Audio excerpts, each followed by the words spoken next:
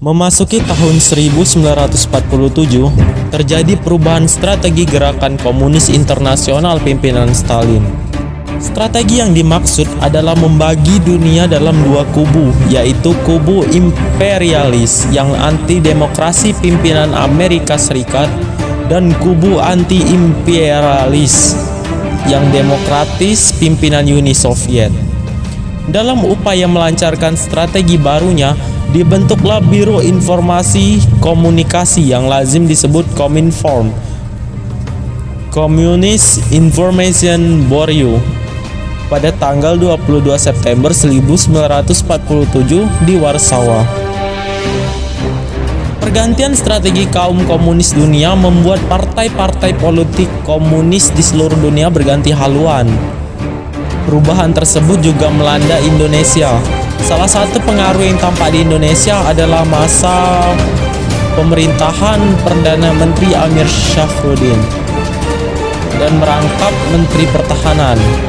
Ia menyusun sebuah konsep yang meniru model tentara merah Uni Soviet. Konsep ini kemudian diajukan kepada Jenderal Sudirman dan Letnan Jenderal Urip Sumoharjo. Namun, usulan ini ditolak karena dianggap tidak cocok dengan TKR. Meskipun demikian, ia tetap meneruskan rencananya dengan membentuk pendidikan politik tentara, Pepolit, sebuah lembaga yang memberikan pendidikan politik atau sejenis komisaris dalam angkatan bersenjata di negara-negara komunis. Pendirian Pepolit bertujuan untuk menanamkan pengaruh komunis di kalangan tentara. Tokoh-tokoh dalam gerakan ini adalah Sukono, Jojo Pratikjo, Mr. Amir Syafruddin. Di samping itu, Pepolit didirikan juga Biro Perjuangan yang dipimpin oleh Insinyur Sakirman dan Djoko Sujono. Pada bulan Juli 1947, Presiden memutuskan untuk menggabungkan TRI dan laskar-laskar menjadi TNI. Keputusan ini mengganggu rencana PKI untuk menguasai tentara.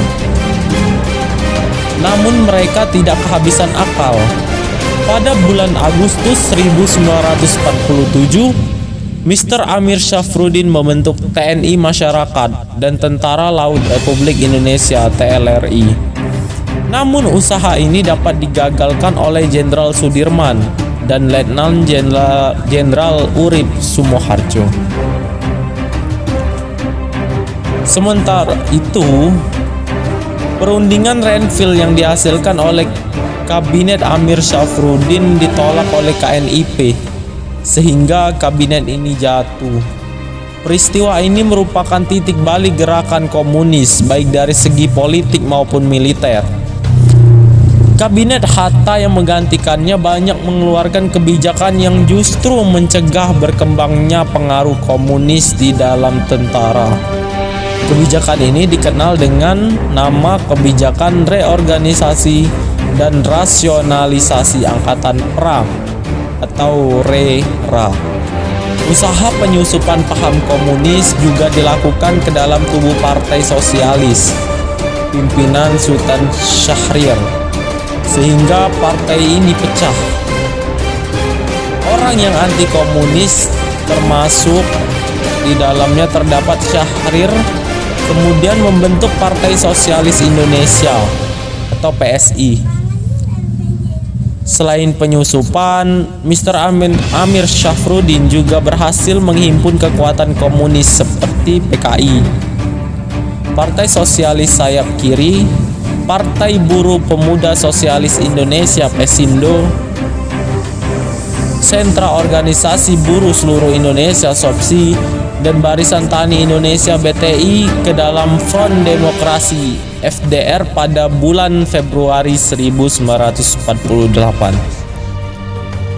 Di lain pihak, Suripno, seorang tokoh komunis muda yang ditugaskan oleh pemerintah pada waktu Kabinet Amir Syafruddin untuk menjajaki kemungkinan pembukaan hubungan diplomatik dengan negara-negara Eropa Timur, Sambil menghadiri Kongres Pemuda di Praha, pulang untuk berkonsultasi dengan pemerintah.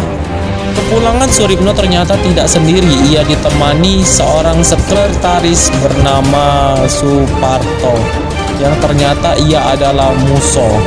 Musso adalah tokoh partai komunis yang melarikan diri ke Moskow sejak 1926, kemudian ke Indonesia tahun 1935. Tetapi lari lagi ke Moskow pada tahun 1936. Tidak lama sejak kedatangannya, ia segera mengambil alih pimpinan kaum komunis Indonesia dan mencetuskan konsepsinya dengan nama Jalan Baru Republik Indonesia. Konsepsi ini berisi dua pokok, yaitu sebagai berikut. Yang pertama, hanya boleh ada satu partai berlandaskan Marxisme atau Leninisme. Oleh karena itu, partai-partai yang bernaung dalam FDR harus menyatukan diri dengan partai kelas pekerja. Partai komunis harus mengadakan Front Persatuan Nasional yang dikendalikan oleh dirinya sendiri. Selanjutnya, pada tanggal 1 September 1948 dibentuklah Komite Sentral PKI. Konfrontasi semakin meningkat, bahkan mengarah pada perang terbuka. Hal ini dimulai pada tanggal 17 September 1948 ketika PKI mulai melakukan serangan terbuka pada Bantuan Kesatuan TLRI Pesindo terhadap posisi TNI. Bahkan pada tanggal 18 September 1948 pukul 3 meletuslah pemberontakan PKI yang dilakukan di kota Madiun. Melihat kondisi ini, pemerintah menggerakkan pasukan TNI untuk menumpas PKI. Pasukan TNI tersebut dipimpin oleh Kolonel Gatot Subroto dan Kolonel Sungkono. Kedua pimpinan ini menggerakkan satuan TNI dari Brigade Sadiki Kusnoutomo Surahmat, Divisi 2 Jawa Tengah. Dalam waktu 2 minggu, yaitu tanggal 30 September 1948, pasukan TNI berhasil merebut kota Madiun pada tanggal 4 Desember 1948. Musso berhasil ditembak mati. Kejadian ini sekaligus mengakhiri pemberontakan PKI kota Madiun.